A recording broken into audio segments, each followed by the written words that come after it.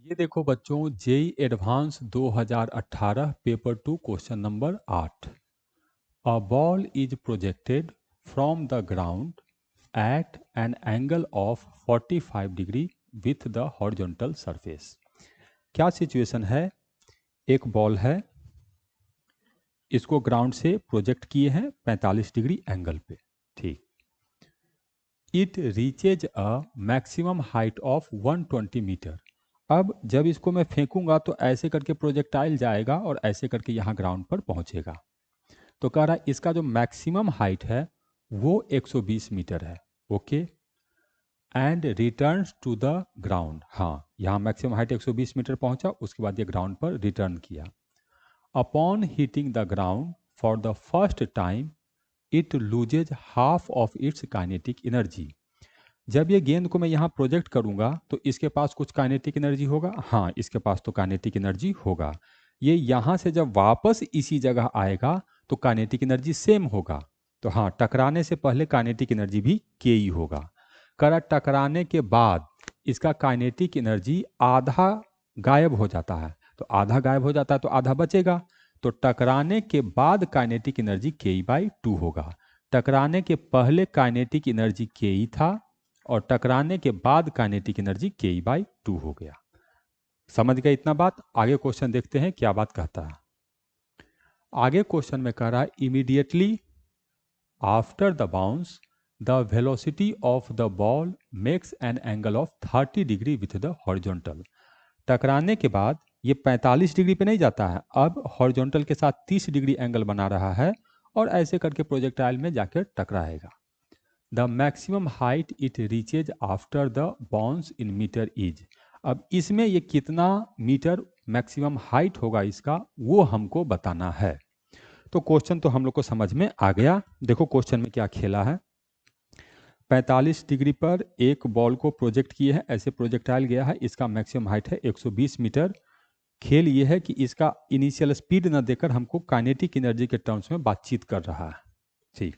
यहाँ जाके टकराएगा तो टकराने से जस्ट पहले काइनेटिक एनर्जी वही रहेगा। ग्राउंड से फेंको और फिर वापस ग्राउंड पहुंच जाए तो काइनेटिक एनर्जी वही रहता है।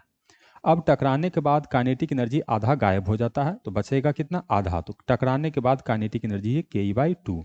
तो ये गेंद काइनेटिक एनर्जी ke/2 से फिर बाउंस करेगा, लेकिन इस बार एंगल 30 डिग्री पे बाउंस किया तो फिर ये ऐसे करके फिर प्रोजेक्टाइल मोशन करेगा।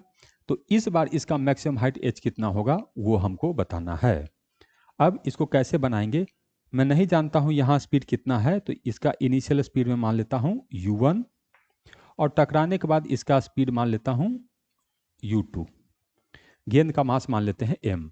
तो काइनेटिक एनर्जी का बना बनाया फॉर्मूला है कि काइनेटिक एनर्जी जो होता है ये होगा हम लोग को हाफ mu²। ठीक है। यदि मैं हाइट का फॉर्मूला लिखूं, मैक्सिमम हाइट का, क्योंकि दोनों केस में मैक्सिमम हाइट का बातचीत किया गया है, तो मैक्सिमम हाइट h का जो फॉर्मूला होता है ये होता है u² sin² theta divided by 2g। अब देखो यहाँ पर ये जो u² है इसको मैं लिख सकता हूं कि u² इक्वल टू होगा 2 kinetic energy divided by mass m। इसको मैं इसमें पुट कर देता हूं क्योंकि सारा चीज हमको काइनेटिक एनर्जी में दिया है, स्पीड का बातचीत नहीं करना है।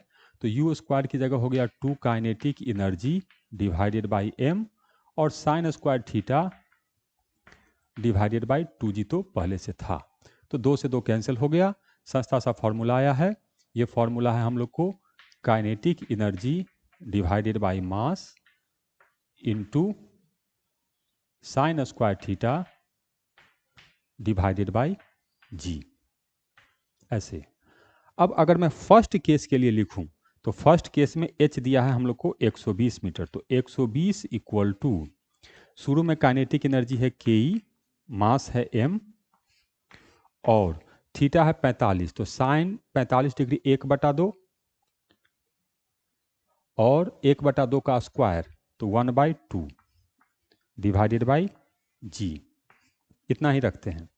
सेकेंड केस में मैक्सिमम हाइट लिखेंगे तो उसको h से रिप्रेजेंट किया गया है, तो h equal to kinetic energy, तो यहाँ काइनेटिक एनर्जी ke/2 है, तो ke/2m उसके बाद साइन स्क्वायर थीटा, तो साइन थीटा यहाँ पर है 30 डिग्री, तो 1/2 का स्क्वायर करेंगे तो 1/4 डिवाइडेड बाई जी। तो अब मैं क्या करता हूँ, इन दोनों को सॉल्व कर लेता हूँ, यहाँ से h का वैल्यू कैलकुलेट हो जाएगा। सॉल्व करना बहुत तोप चीज़ नहीं है, आसान सा कैलकुलेशन है। इसमें देखो क्या करते हैं, दोनों को डिवाइड कर दो, तो दोनों को डिवाइड कर देते हैं, इधर और इधर।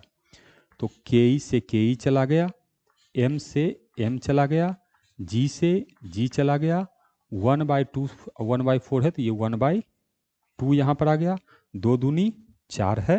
ठीक, तो यहाँ से आया हम लोग को कि 120 divided by h equal to, यहाँ पर देखो 1/2 तो 1/4 है, 4 ऊपर उछल जाएगा तो 4/1, तो 4 तिया 12, तो h आ गया हम लोग को 30 मीटर। तो यहाँ जो नंबर फिल करेंगे ये होगा 30 मीटर। तो यहाँ ये इस तरह का प्रोजेक्टाइल मोशन का क्वेश्चन है, केवल भ्रमित करने के लिए इनिशियल स्पीड के टर्म्स में बात न करके काइनेटिक एनर्जी के टर्म्स में बात किया है। और काइनेटिक एनर्जी का फॉर्मूला ½mv², ये 9th क्लास के बच्चे भी जानते हैं। तो ये चीज़ यूज करने के लिए कोई विशेष ज्ञान का जरूरत नहीं है, क्वेश्चन प्रोजेक्टाइल मोशन का ही है।